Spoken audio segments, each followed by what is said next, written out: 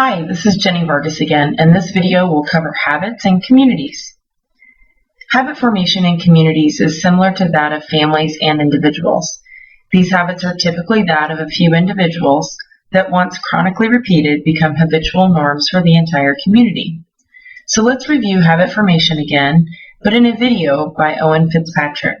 He explores and explains some other theories to habit formation and change. Lots of people ask me, what's the deal with habits? What does the science say? In just a few minutes, you'll know exactly what you need to do to change any habit or build any new behavior. Habits determine your success or failure, and all businesses and organizations live or die on the collective habits of their workforce. Put simply, you need to know this. So, what's a habit? A habit is an automatic behavior that we engage in without even thinking. The part of our brain that stores habits is called the basal ganglia, and it's part of the old brain where our instincts and feelings work from. The new brain is known as the frontal cortex, and that's where self-discipline and willpower originate from. Now the key is to learn how to use the new brain to override our old brain's habitual urges. How? Well, there's been some great work in the area of habit change quite recently. The Power of Habit by Charles Duhigg is a great book about how habits work. Another super book on the topic is called Making Habits, Breaking Habits by Jeremy Dean. But what are the main approaches suggested by the best minds out there? Well, there is mindfulness, which suggests being more aware of the present and your thoughts so you can take more control, which is pretty cool. When you simply notice your urges and feelings, you can allow them to pass and make an intelligent decision based upon what's good for you in the moment. CBT, or cognitive behavioral therapy, suggests ways of associating positive feelings to a new behavior. You condition yourself by rewarding good behavior and stopping yourself engaging in old habits through negative reinforcement. Hypnosis allows you to make suggestions to the subconscious mind in order to think in new ways about the habit. NLP, or neuro-linguistic programming, teaches you to change the images you make in your mind so that you can eliminate the craving. Since our thinking can be seen as being made up of the images we make and how we talk to ourselves, when you become aware of this, you can do something about it. You can reprogram how you think about the habit or craving and therefore diminish the feelings you have about it. Well, they're all cool approaches, but there are really only 3 things that you need to know about habit formation and change in order to make it work. 1, value the change. You won't change anything unless you have a strong enough reason to. Imagine vividly how great it will be when you engage in the new habit. Really imagine the kind of person you want to be and all the advantages of the new habit and the downsides of the old habit. The urgency of change must be there. 2, strategize it. The second part is the technical side of things. Your habits are triggered and produce rewards. All habits have a trigger. This is automatically conditioned to produce a behavior as a result. What can you do to change this? Change the environment so that you're less likely to be impacted by the trigger. Cigarettes after sex? Take the smokes away and you won't be able to smoke them. Coffee for breakfast? Try a banana instead. Smack after meeting your dealer? Kill the smack dealer. One example of this is a lady I work with who had a habit of eating biscuits when she watched TV.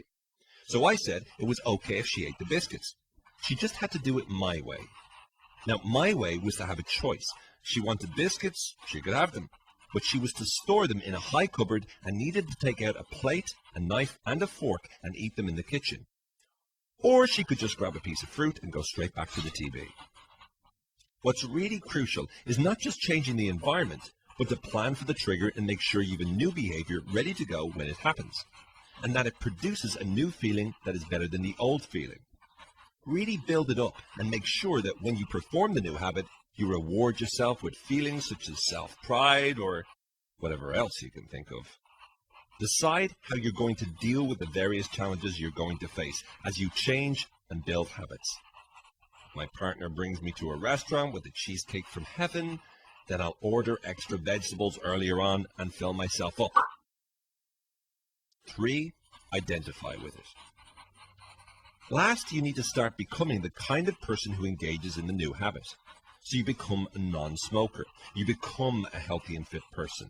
The kind of person who takes care of what they put into their body.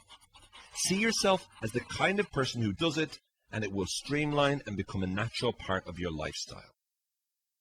So in summary, value it, strategize it, and identify with it. For more information on some cool psychological stuff, check out owenfitzpatrick.com. Thanks for watching. Habit change in communities is more similar to habit change in families, as it must take into account multiple people, personalities, and behaviors, and then acknowledge that not all people are going to be motivated by the same reward. It is important to note that a person cannot go into a community and do everything to or for the community to change the habit. Change must come from within. Someone will need to teach the habit of change and then support the community's efforts in changing. This is similar to the saying, give a man a fish and you have fed him for a day. Teach a man to fish and you have fed him for a lifetime. In Delaware, Governor Markle wanted to help his constituents improve their health and create healthy lifestyles.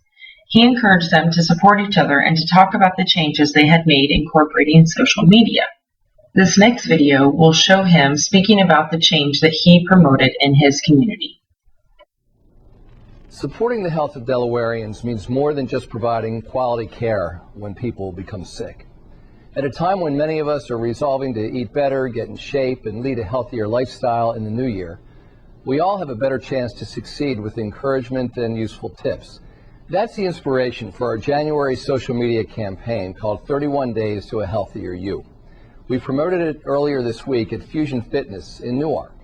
On Facebook, Twitter, and other platforms, our Department of Health and Social Services is partnering with the YMCA to offer fitness ideas, healthy recipes, advice on how to quit smoking, information on health screenings, and more. The campaign also promotes active participation, asking Delawareans to post changes they're making to encourage their friends and neighbors to join the effort as well. During this campaign, we're suggesting ways to make a small, sustainable change, whether it's making a piece of fruit part of your lunch, taking a 15-minute walk in the evening, or getting an extra hour of sleep at night. It's something you can stick with.